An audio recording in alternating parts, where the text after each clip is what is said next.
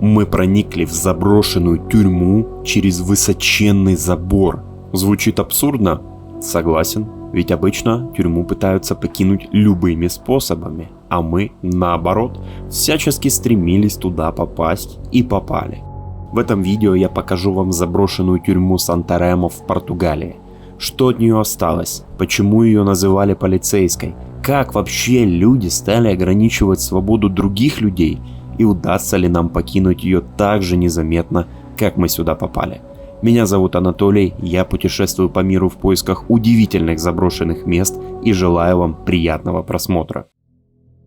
Приехав перед рассветом к тюрьме, мы немного расстроились, ведь привычного залаза мы не нашли. Со всех сторон был высоченный забор, и как туда лезть, мы не имели ни малейшего понятия. Обойдя всю территорию вокруг, единственное теоретическое место, где можно было перелезть забор, был вот этот столб. Но проблема была в том, что нам нужны были резиновые перчатки, которые не скользят, и веревка. А у нас не было ни того, ни другого. Помимо этого, нас очень смутил жилой дом прямо напротив столба. Поняв, что в данный момент попасть внутрь мы не сможем, мы решили разведать обстановку дальше. Напротив тюрьмы мы увидели заброшенное двухэтажное здание и решили подняться на второй этаж, чтобы попробовать заглянуть за забор тюрьмы и что-то там увидеть. Под что-то я имею в виду призрачную надежду попасть внутрь. Вход во двор здания был свободным. Было видно, что оно на последнем издыхании и вскоре его снесут. Внутри дома было пусто. Мы нашли вид на тюрьму, вышли на балкон, но, к сожалению, ничего нового для себя не увидели. Следующим этапом была разведка дроном, и благодаря ему мы увидели наш шанс. С внутренней стороны у забора росло большое дерево, по которому можно было легко спуститься вниз.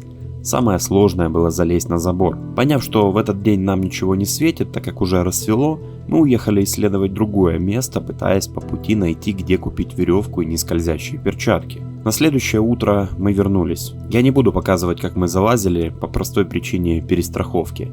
Хоть это видео и на русском, его все равно могут увидеть те, кому не надо, и мне может прилететь, учитывая, что это государственное здание. После публикации парижских катакомб мне уже писали местные, что настучат на меня французской полиции. А учитывая, что я сейчас нахожусь в Европе, на всякий случай я решил перестраховаться. Так что, если что, это все постанова, и мы попали сюда в рамках экскурсии. Друзья, всем привет!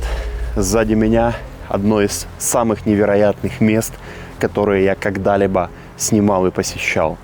Это огромная заброшенная тюрьма в Португалии. Как мы сюда попали, это просто отдельный разговор. Возможно, я когда-то на стриме расскажу. Я вам просто сейчас покажу забор, и вы поймете, что это был самый сложный залаз в нашей жизни. Причем мы залазили сюда еще по темноте. Сейчас вот только расцветает, и мы около часа сидели, ждали, пока расцветет, чтобы снять для вас нормальные кадры. Вы просто посмотрите на этот забор.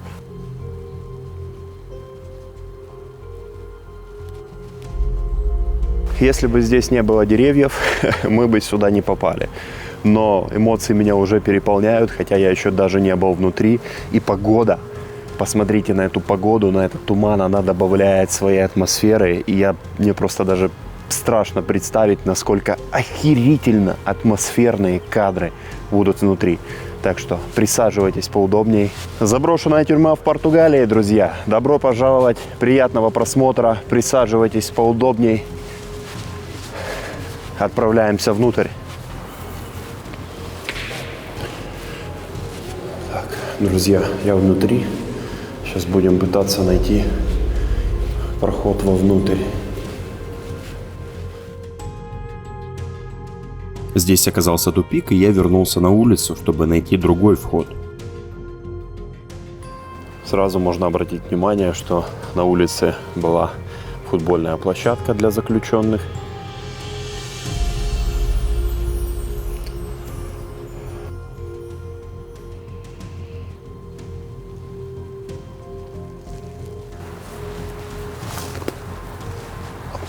Вроде бы чисто.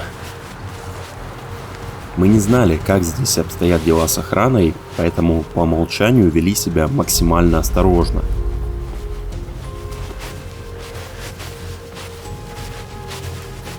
Охренеть, какое, конечно, монументальное здание. Первая тюрьма на моем канале и в моей жизни. И надеюсь, что она будет только заброшенной. Друзья, поддержите канал подпиской на Boosty всего лишь от 50 рублей в месяц и получите доступ к эксклюзивному контенту и не только. Подробности в описании. Зайдя внутрь, сразу стало понятно, что здание заброшено давно, и все предметы интерьера отсюда давно убрали. Но когда я зашел в центральный зал, это было вау. Ух ты!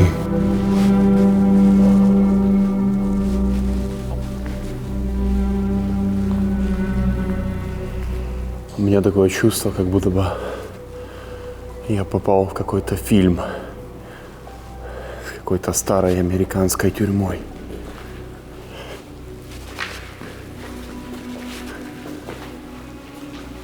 Охренеть. Охренеть, ребята.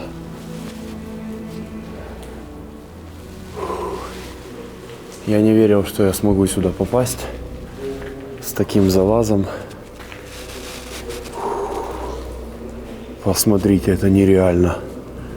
Просто нереальная атмосфера.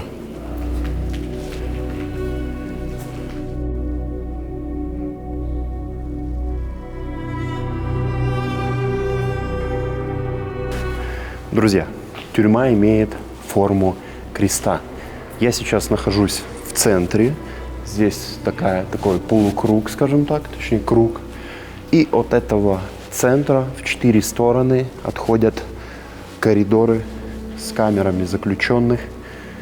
Сейчас исследую первый этаж, посмотрим, может быть, что-то осталось в камерах заключенных. Поднимусь на 2-й, 3-й этаж, поищем кабинеты начальников, где сидел персонал, надзиратели. Сейчас все посмотрим, все исследуем. Атмосфера просто невероятная. Я очень надеюсь, что камера сможет вам ее передать. Нереально.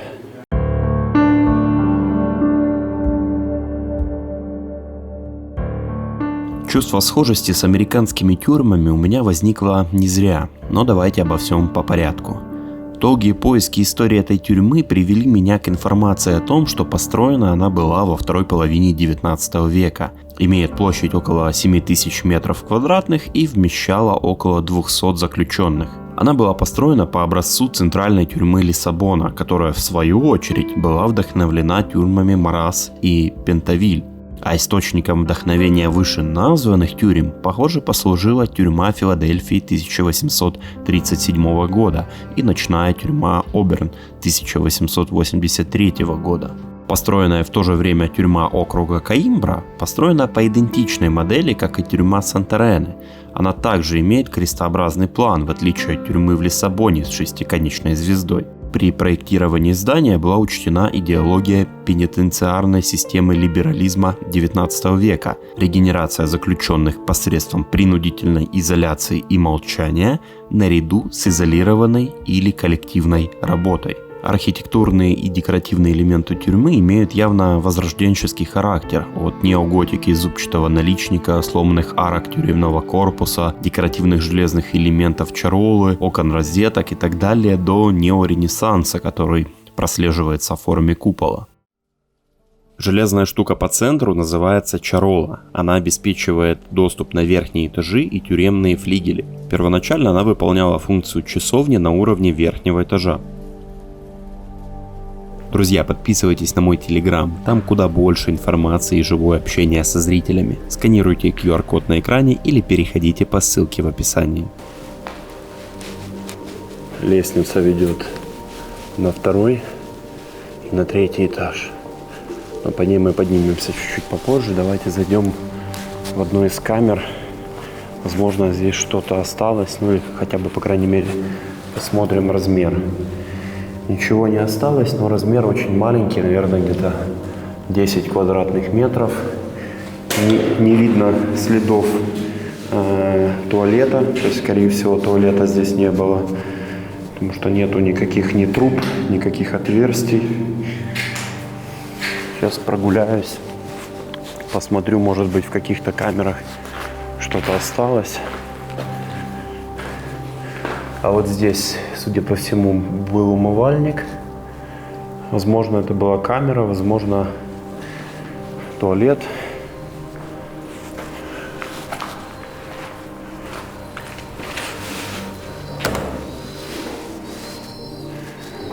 Да, толщина решетки такая внушительная.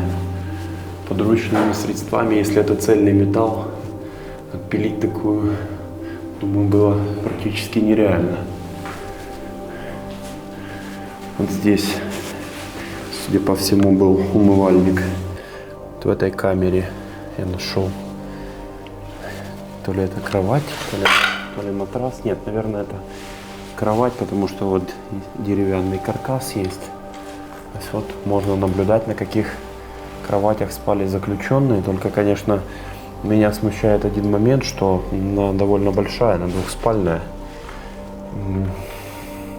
Сомневаюсь, что заключенные спали на двухспальных кроватях. Они здесь даже не помещаются толком в этот номер. Но, тем не менее, какие-то кровати здесь есть. Иду исследовать дальше.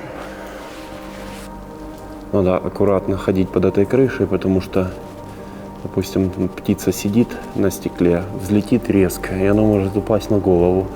Вероятность 0,001%, но, тем не менее, всегда нужно в таких местах быть бдительным.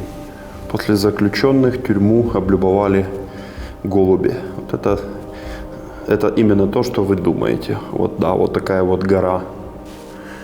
Вот голубь, бедняга, залетел в камеру и вылететь не может. Хотя, возможно, он гнездо сделал себе в умывальнике. Вот видите, торчат ветки. Ладно, не буду тебя беспокоить, дружище, пойду дальше. Смотрите, а в этой камере даже тумбочка осталась. Журнал. Какого года? Надо посмотреть. Непонятно. Какого года? Бутылка какого-то напитка, вина, скорее всего, превращенная в подсвечник. И вот здесь уже более правдоподобный матрас по размеру для заключенных. Даже куртка осталась висеть. В этой камере сохранился умывальник, поэтому можем наблюдать, как это выглядело для заключенных. Вот такой столик и умывальничек. Туалета, судя по всему, в камере не было. А вот и туалет. Туалет находился в отдельном помещении. Также умывальники и душевые кабинки. Исследование заброшенных мест – это не только эмоции, адреналин и визуальный оргазм.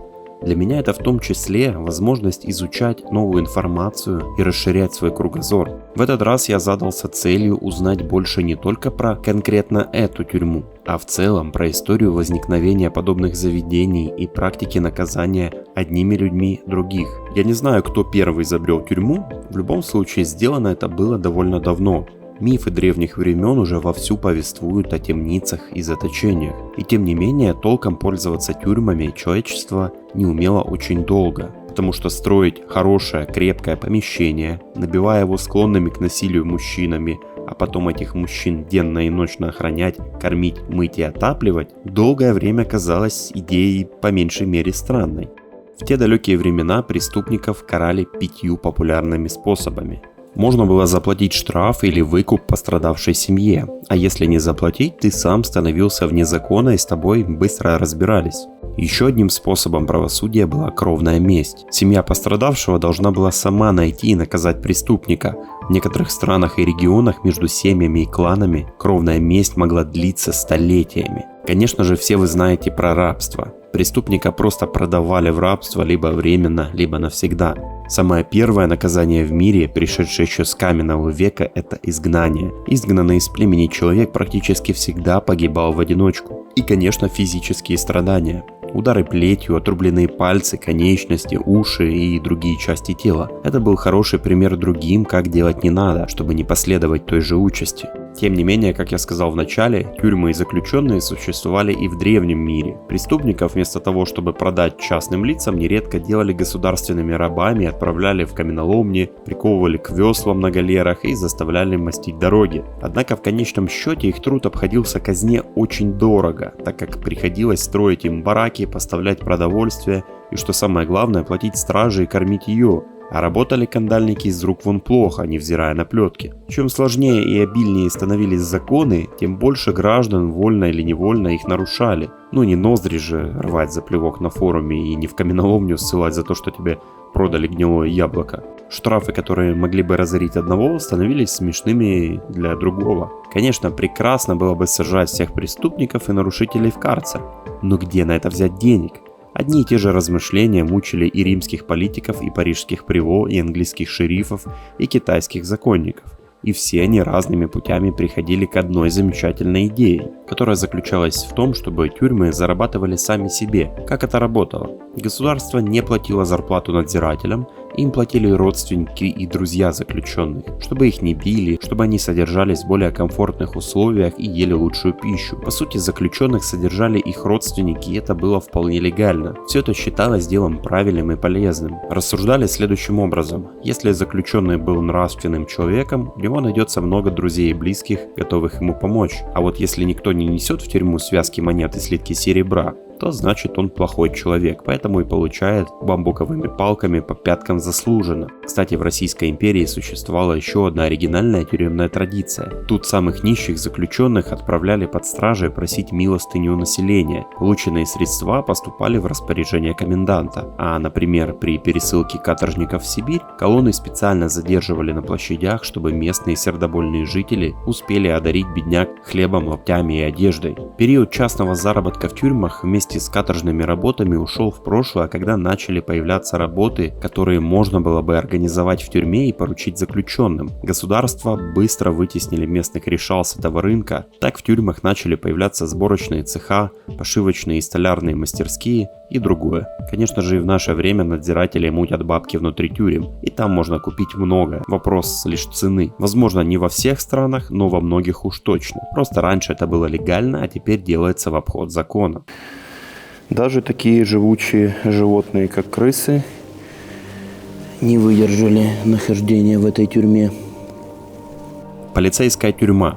Так ее называли в народе, поскольку именно здесь отбывали наказания сотрудники полиции, осужденные за преступления. Полицейский, который задушил голыми руками 3 девушек и избавился от тел. Сержант Хосе Сантос, который убил подозреваемого выстрелом в голову и обезглавил его. Капрал Серджио Каско, застреливший 2 коллег. Это только те случаи, которые мне удалось найти на просторах интернета. Документ 1974 года.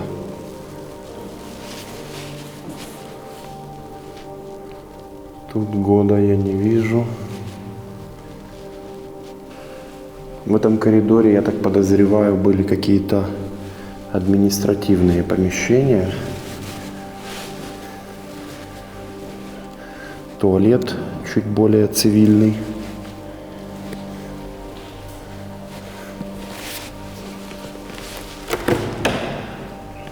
Эта дверь закрыта на замок.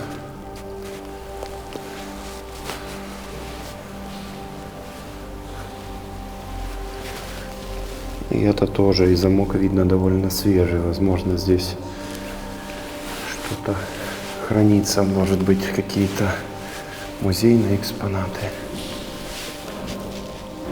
Ага, дверь на 2-й этаж открыта, сейчас поднимемся.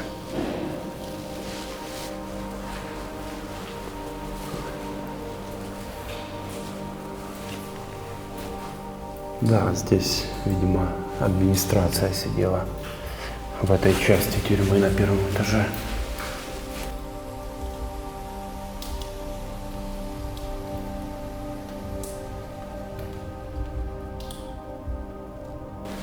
Камеры в этом корпусе немножко отличаются от того, который мы видели до этого.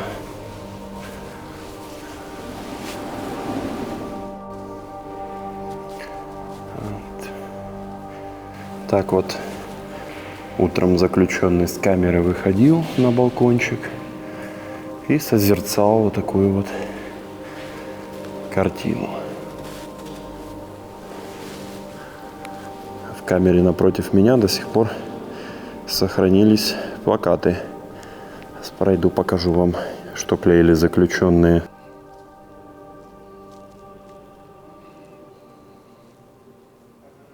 При существующем положении дел, тюрьмы на сегодня действительно дорогое удовольствие для общества в целом. Дело в том, что большинство заключенных это не убийцы, насильники и маньяки, а обычные парни и девушки, которые сели пьяными за руль, оказали сопротивление полиции, не заплатили налоги и тому подобные случаи. Все эти люди, и в том числе те, кто их охраняют, полностью содержатся за счет бюджета страны. Вы даже не представляете, какие колоссальные деньги теряет государство, когда выдергивает человека из экономики. А если умножить количество заключенных, сидящих по мелким статьям, на годы заключения и на сумму, которую среднестатистический человек приносит в год государству, вы будете в шоке. Проблема еще в том, что, выйдя на волю, человеку очень сложно снова стать полноценной частью общества. И получается, что государство не только лишило себя кучи денег, изолировав его условно на 10 лет, но также лишило себя и дальнейшей прибыли от этого человека, не дав ему механизм для возврата в нормальную жизнь. Очевидно, что в мире давно назревает потребность как-то решить эту проблему. Есть примеры некоторых стран, например, Норвегии и Дании, где тюремное заключение в корне отличается от привычного нам. Но это уже другая история. Я, конечно же, не специалист в делах тюремных и с радостью обсужу с вами в комментариях озвученный мною текст. Возможно, где-то вы меня поправите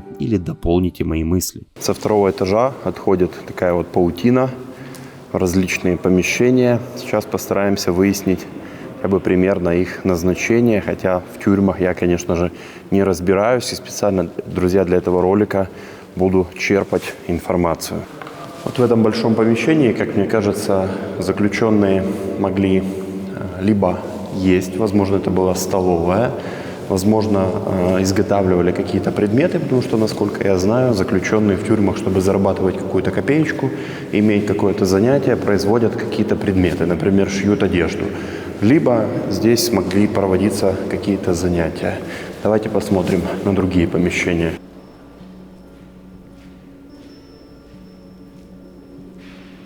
Вот это помещение больше уже похоже на столовую.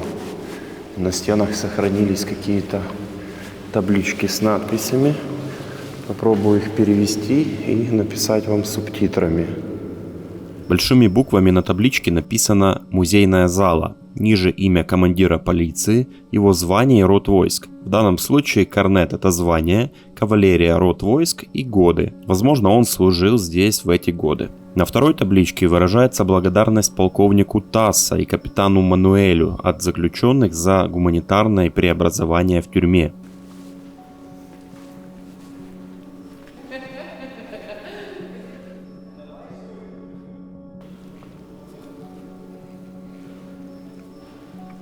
Закрылась тюрьма в 2006 году, и причину мне, к сожалению, найти не удалось. В 2009 здание выкупила некая португальская компания и планировала сделать из бывшей тюрьмы студенческое общежитие. Контракт на проект переоборудования тюрьмы в общежитие был подписан 29 декабря 2022 года. Что происходило в период с 2009 по 2022 остается загадкой. Согласно контракту, правительство должно профинансировать превращение тюрьмы в общежитие на сумму 6,7 миллиона евро. Так что вполне вероятно, что мы вовремя успели снять это историческое место. Проект восстановления и переоборудования здания уже начался и, как ожидается, будет завершен летом 2025 года. Правда, как мы с вами увидели, то, что написано в интернете и то, что есть на самом деле, немного отличается, и никаких работ так и не было начато.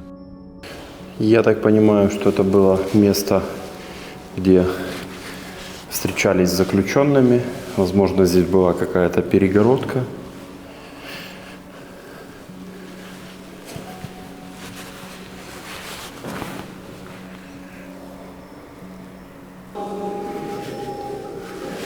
Ух ты! Какое-то большое здание. Я понял. Это, скорее всего, была молельня для заключенных. Такой мини-храм на территории тюрьмы. Смотрите, какой красивый рисунок.